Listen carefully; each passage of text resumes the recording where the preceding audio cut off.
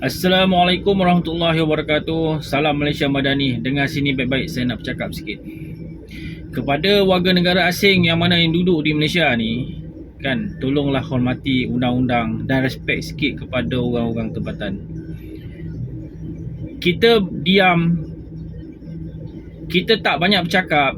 Kita bukan kata kita takut, bukan kita nak ni, kita sedang melihat kerosakan yang sedang berlaku.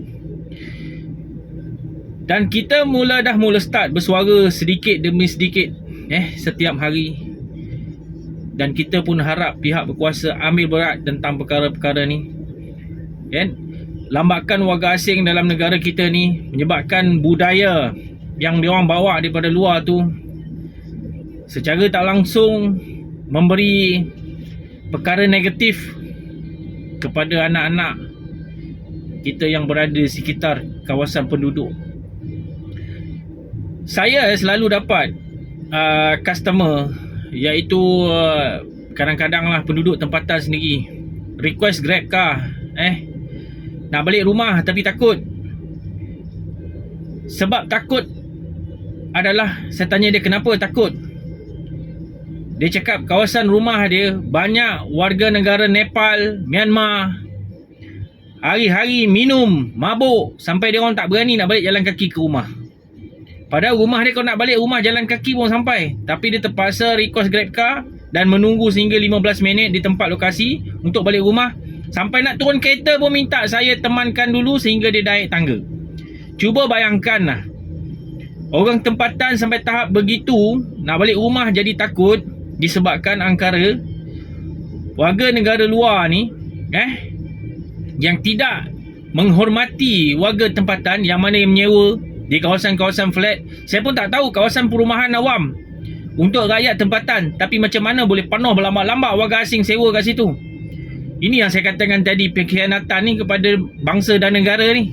Sedangkan perumahan rakyat tu diberikan untuk orang-orang tempatan yang mana golongan yang susah, yang tidak berkemampuan, yang kurang berkemampuan, tetapi dimonopoli oleh orang segala asing.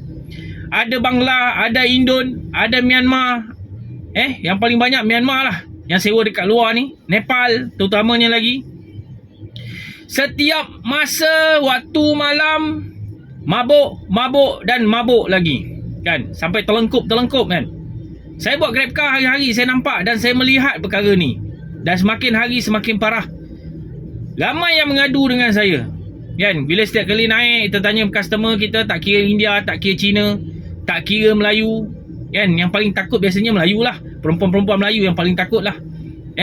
Yang selalu cakap, kata dia tak berani nak balik rumah disebabkan ada warga negara luar mabuk lepak-lepak kat kawasan bawah tu, kan. Bila dia lalu, orang pandang dia semacam nak buat sesuatu.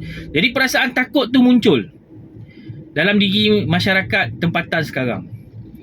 Jadi saya haraplah, tolong pantau sehabis, kan. Ambil tindakan seberat-beratnya ataupun pulangkan mereka balik kepada negara asal. Terutamanya Myanmar dengan Nepal, paling banyak mabuk, saya cakap terus terang. Dan kita tak suka dengan budaya dia. Memang kita tak suka dengan budaya dia. Sebab dikelilingi kita ada masyarakat, budak-budak, anak-anak kita yang sedang membesar ni, sedang melihat tentang kerosakan yang ada ni sebagai contoh-contoh yang tak baik yang ada depan mata dia. Dan kita nak mendidik menjadi anak bangsa kita, supaya bangsa kita ni, rakyat Malaysia ni, patuh pada undang-undang. Tapi dalam masa yang sama, kita menunjukkan satu sifat yang negatif pada anak-anak kita di sekelilingan kita, dengan masyarakat yang kita nampak dekat hari ni, berlambak-lambak dengan warga asing yang berada di sekitar ni. Secara tak langsung mereka akan belajar dan mengikut sedikit demi sedikit, walaupun apa yang kita cakap tu tak baik pada mereka. Di bawah pemandangan kita ni, memang mungkin dia akan melihat benda tu, mungkin dia akan dengar, tapi di belakang kita dia dah terikut-ikut dengan budaya luar. Ini yang saya tekankan kepada pihak kuasa, tolong pantau, jangan sampai kita rakyat ambil tindakan melulu, kan, di luar batasan. Kadang-kadang kita hilang sabar, kita boleh jadi lupa. Manusia ni kalau dia dah marah sampai tahap dia tak boleh tahan, dia akan bertindak sesuatu perkara yang di luar batasan yang siapa-siapa pun tak boleh duga. Orang takut pun boleh jadi berani. Kan pernah dengar cerita kan, satu cerita zaman orang dulu-dulu bercakap. Kan? Daripada kena baham, lebih baik baham. Kan? Daripada kena baham dengan orang, lebih baik kita melawan. Betul tak? Walaupun kita takut, bukan kita berani sangat, kita pun takut juga. Tapi bila kita dalam keadaan tersepit, kita takut kita bertindak di luar batasan. Ini amaran. Betul-betul saya cakap ini amaran kepada warga asing. Saya memang tidak bertolak ansur. Saya bukan orang politik. Saya bukan siapa-siapa. Dan tak ada pun nama saya yang terkenal selama hari ini. Tak pernah ada pun di mana-mana. Kan, mana-mana pertubuhan. Tetapi saya, kalau saya dah hilang sabar, saya tak peduli siapa. Saya tak peduli siapa. Kan, cuma saya harap benda ni yang buruk saya tak nak berlaku dalam negara ni. Dan kita tak nak orang yang seperti saya ni, yang diam selama hari ni, bangun memberontak. Kan, menunjukkan rasa tidak puasan hati pada warga asing. Maka kita takut kita boleh buat sesuatu benda yang di luar jangkaan. Saya mengharap sangat-sangat, kalau orang tempatan pergi minta kerja, macam-macam dia orang minta. Dia punya sijil dan sebagainya. Dan itulah inilah, kita nak itulah, kita nak inilah, bagainya. Tapi warga asing yang datang sini tak pernah pun nak disoal siasat dulu. Nak ditapis. Dia punya attitude dia punya perangai dia sekarang ni macam-macam. Dan saya buat GrabCar, kita memang tahu. Kadang-kadang kita naik kereta, dia tanya dengan kita, "Encik, ada roadblock tak?" Kita dah boleh faham, itu memang kosong ni.